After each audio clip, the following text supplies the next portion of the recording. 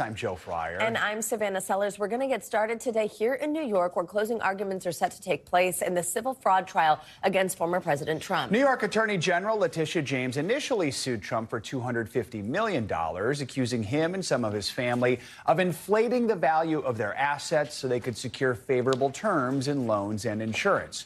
Trump has denied any wrongdoing. Last week, James upped the ante, calling for a $370 million fine against Trump and his companies. She also wants a lifetime ban on the former president to keep him from working in the New York real estate industry. The former president had asked to deliver part of today's closing argument himself, but the judge in the case denied the request following a contentious back and forth with Trump's lawyers about certain conditions he wanted Trump to meet. For more on what we can expect today, we're joined by MSNBC anchor Yasmin Vasugian, who's outside the courthouse in Lower Manhattan. We're also joined by NBC News legal analyst Danny Ceballos. Good morning to both of you.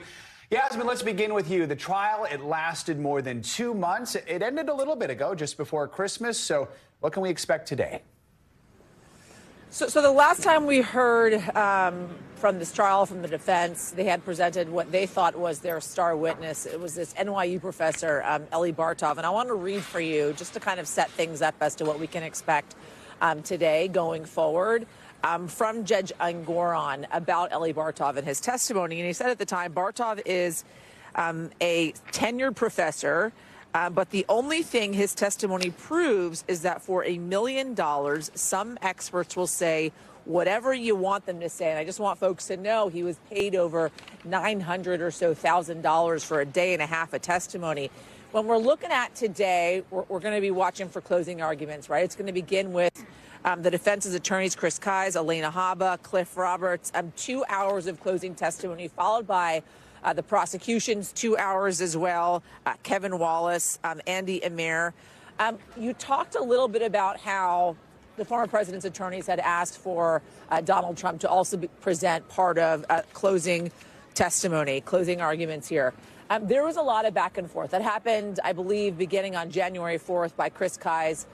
When the request was initially made, and Judge Engoron at the time essentially said, okay, look, he can do it, but he's got to follow the rules. He can't violate the gag order. He can't go after any of the folks that are in my court. He can't go after the attorney general. He cannot go after myself. They didn't respond. And then on January 9th, they came to the judge and they said, the former president's mother-in-law has passed away. We would like an extension till the end of January. And he said, I'm sorry about your loss, but no extension. And what about your response to what I put in place? No response. The deadline came and went yesterday at noon. And he said, well, it looks as if the former president is not going to offer closing arguments. So with all that being said, court is going to begin today at 10 a.m. I'm sure there's going to be some conversation as to whether or not the former president can offer some of those closing arguments.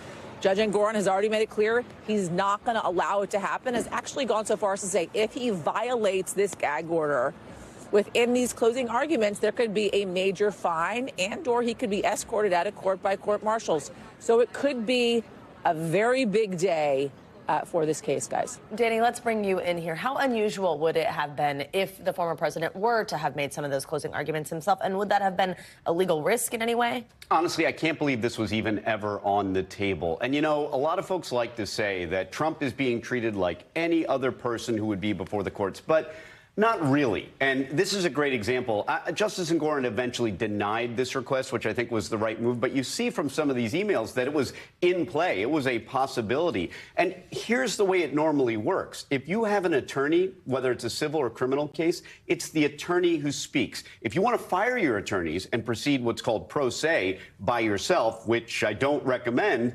then you can give your speech at the end because you're acting as your own attorney. But even where you have both, courts do not let you do some blended arrangement where, oh, sometimes I'll let my attorney talk and sometimes I get to talk. Right. It's just not allowed. Yes, you have a constitutional right as a criminal defendant to take the stand and speak in your own defense. But that does not translate to being able to give a speech at closing argument, particularly closing argument, where really the rules are generally that you just can't even interrupt it. You're really allowed to make a speech as long as it's tethered to the facts and a summation of your argument. But, man, that would have been chaos. And it looks like Justice Engoron was actually considering it, which still amazes me. So, Danny, real quick, what is the judge deciding here? How quickly will we get that decision?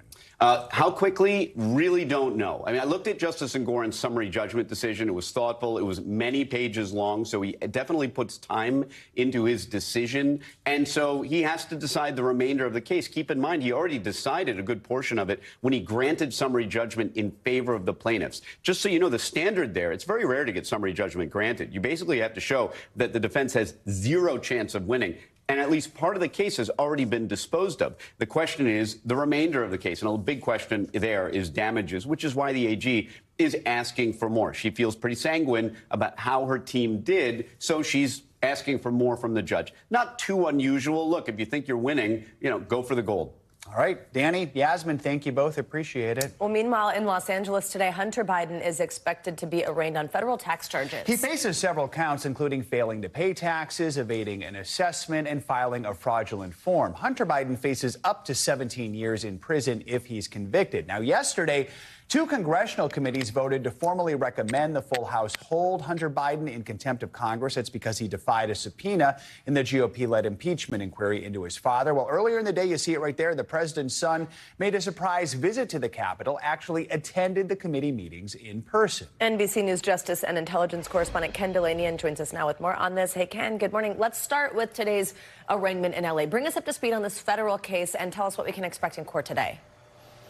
Good morning, Savannah and Joe. Well, the thing to know about this federal case is it's much more serious than the charges to which Hunter Biden had agreed to plead guilty in a plea deal that collapsed, which is why we're here. Felony tax charges, which, as you said, carry up to 17 years in prison. So he'll be arraigned today in the courthouse in downtown Los Angeles. An arraignment is a standard kind of a procedure where the charges against him will be read, his rights will be explained. There may be some discussion of deadlines and other filings in the case, and then we'll go from there. And remember that he's also facing separate felony charges in Delaware. So he's in some very serious legal hot water, guys. So, Ken, let's turn to that showdown on Capitol Hill yesterday. Hunter Biden appeared at that committee hearing. We know he's at odds with Republicans over their demand he be deposed behind closed doors. He wants to do it publicly in front of the cameras. What happened during this hearing yesterday? Well, his appearance, which surprised everyone, including the White House, the press corps, the entire Capitol Hill officialdom, really commanded massive media attention. He sat in the back of the room during the hearing. The committees voted to bring the contempt resolution to the full House. And then some Republican members of Congress had some choice words for Hunter Biden. I think we have some sound. Take a listen. Hunter Biden, you were too afraid to show up for a deposition, and you still can't today.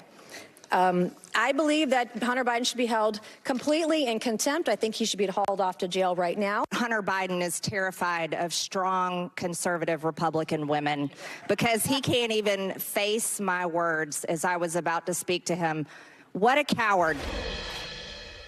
Now, of course, assuming the House eventually votes to hold Hunter Biden in contempt, the only way that's enforced is if the Justice Department decides to bring charges, which they have in other cases, and they've declined to do in some cases. So we'll see what happens there. Yeah, so as we kind of look ahead, what could happen here? The committees have voted to recommend the full House hold Biden in contempt of Congress. Specifically, where does that go from here? Yeah, so then they would send the resolution over to the DOJ. And it's really up in the air. They look at it as a policy matter. So, for example, remember when Steve Bannon and Peter Navarro defied subpoenas related to January 6th? They were prosecuted. They were convicted in D.C. court. Many other former government officials, the DOJ has simply declined to act. It's not really clear where this Hunter Biden subpoena fits in that pantheon of past cases. So we'll have to take a look at it and see what the DOJ does. All right, Ken, as always, thank you very much. Many are still recovering from the wicked winter weather, just as a new round of storms treks across the country. Yeah, take a look at some of the damage. We're going to show you some video here. The first wave of storms we told you about yesterday peeled off part of the roof on a wedding venue in Pickens County, South Carolina. Look at that. And look at the flooding across upper Marlboro, Maryland. Heavy storms dumped more than 2 inches of rain here. 2 people actually had to be rescued from a car on this flooded road. At least 7 others had to be saved from their vehicles in this area as well. And it's not over yet. Meteorologist Angie Lassman joins us now with the latest track on more severe storms expected to sweep the country. You've warned us, Angie, these just keep coming. Good morning. Good morning, guys. And here we go again. We've got another storm system that's going to take almost the exact same path as what you just saw from the damage there. We've got the winter alerts, we've got the wind alerts, and the flood alerts. Still, a couple of those remain in effect for parts of the Northeast. But look how expansive these wind and winter alerts are. Just under 50 million for winter alerts. We've got 90 million or close to it for the wind alerts. And here's the system we're going to track. Again, similar path to the previous one that we saw. Bring some snow to parts of the plains today. We'll also see a blast of Arctic air, really bitter cold conditions that are going to last across the plains and eventually spread to the east into portions of the Midwest here as we get into the next couple of days. Really brutal cold conditions. But we've also got the snow on deck for folks across this region as we get into tomorrow, from Buffalo to Chicago, Detroit, stretching down into portions of Kansas and Missouri. We'll see some of that snow. And it's not just the heavy snow that we're worried about. It's the strong winds that are going to be accompanying that snow. So difficult travel across this region for Friday. And notice the rain that will also track across the east. Again, those really saturated grounds, not quite as much as rain as what we dealt with this previous storm, but still saturated grounds, already flooding concerns in that region with still flood alerts up. We likely will have another problem here as we get into the end of our work week. That's Saturday. A look at the Great Lakes. We're still going to be dealing with some of that lake effect snow across that region as you get into your weekend. Here's the severe threat that we're looking at today. 7 million people, Shreveport right in the bullseye. Alexandria to Little Rock could see the potential for isolated tornadoes, some large hail, some strong winds. And this is more expansive as we get into tomorrow, including 37 million people across the southeast, a similar area that dealt with those strong to severe storms with the last go around of our storm. This is going to be something that we watch for the potential for strong tornadoes as well, EF2 or higher for places like Montgomery, Macon, Columbia. That is the area that you'll want to have the ability to get those alerts as you get into your Friday. By the time Saturday rolls around and we finish up, I think we'll see maybe an inch or so of rain, guys, but the Midwest is going to get hammered with snow, especially along the lakes. We've got a potential for maybe a foot to a foot and a half for places like the UP of Michigan. So it'll be a winter wonderland there, and a half for sure. All right. With bitter cold, too. Yeah, there you go. Thanks, Angie. Thanks, Angie. In the Republican race for president, Christie announced last night he's ending his 2024 campaign just hours before the latest GOP debate, which he was not going to be part of. Nikki Haley and Ron DeSantis went head-to-head in their latest battle for second place behind frontrunner Donald Trump. Meanwhile, Trump held a town hall at the same time just on the other side of town. All this comes as, of course, we've got just 4 days until the caucuses. NBC News correspondent Garrett Tate joins us now from Des Moines, Iowa. Garrett, good to have you with us. So with 4 days until the caucus now, what did we see, first of all, on this debate stage last night? What were the big takeaways between Haley and DeSantis? Well, Joe, in some ways, this is probably the most substantive debate that we've seen so far with just 2 candidates on stage. Haley and DeSantis were able to cover a lot of ground on policy, on their differences from each other, on their plans for the country and so forth. But it also seemed to be taking place in something of an alternate universe. The 2 candidates barely talked about the dominant frontrunner, Donald Trump, who's crushing both of them in Iowa right now. It was as if they chose to pretend he didn't exist, except for a few moments like these. I wish Donald Trump was up here on this stage. He's the one that I'm running against. He's the one that I wish would be here. He needs to be defending his record. Every candidate needs to earn your vote. Nobody's entitled to your vote. And he comes in here every now and then, he does his spiel, and then he leaves. I've shown up to all 99 counties because it's important.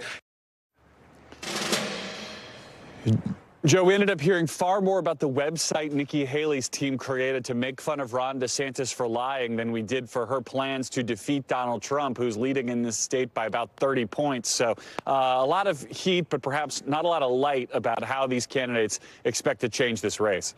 We did get a lot of plugs for that URL, didn't we? Garrett, what did we hear from Donald Trump last night? I mean, we heard him, I know, at least hint about a running mate, right?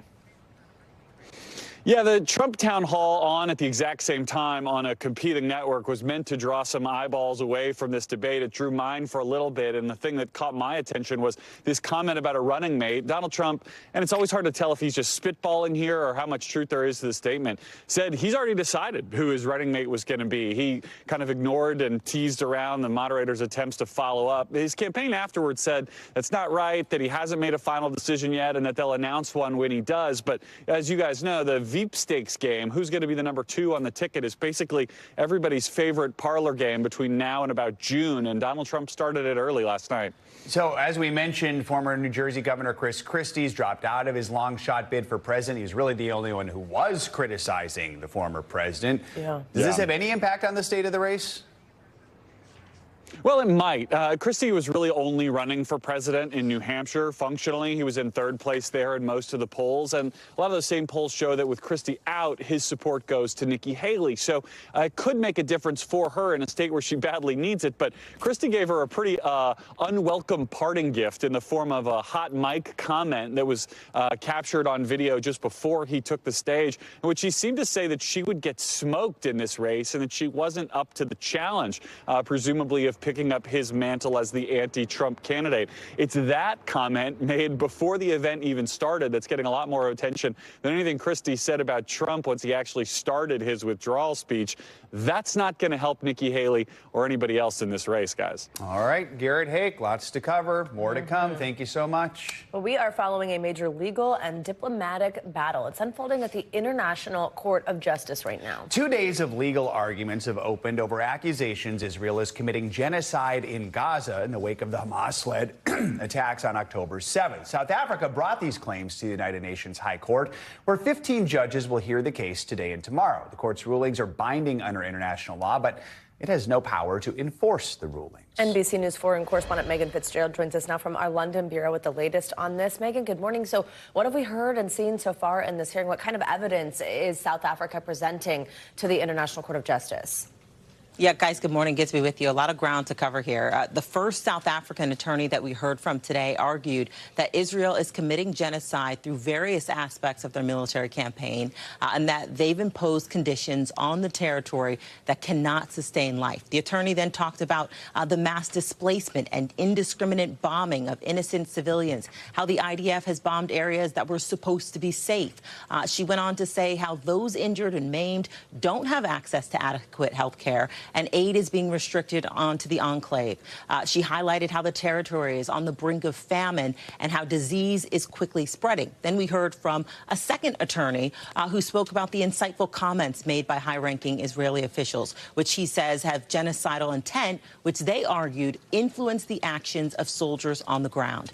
This attorney cited comments made by Israel's defense minister at the beginning of the war, calling for a complete siege on Gaza because they're fighting, quote, animals. He called that language, which has been repeated by other Israeli officials, dehumanizing. Guys. So, Megan, what could this court find? What power does it actually have? Oh, look, Israel is expected, as far as next steps are concerned, they're expected to make their case tomorrow on as to why they're not committing genocide on Gaza. Israel has previously said that these allegations are baseless. They're not targeting civilians. And Prime Minister Benjamin Netanyahu said on X, formerly Twitter, that there's no intent of occupying Gaza or displacing its civilians. Now, the judge will likely come back. These judges will likely come back with a decision in the next few weeks. And when they do, should they side with South Africa, there's no way to force Israel to adhere to the court's orders. However, many analysts have said that should Israel fail to listen to the court, it could be very damaging in the court of public opinion and even affect its relationships with other countries. Guys. Right. Megan Fitzgerald, as always, we appreciate your reporting. Thanks for watching. Stay updated about breaking news and top stories on the NBC News app or follow us on social media.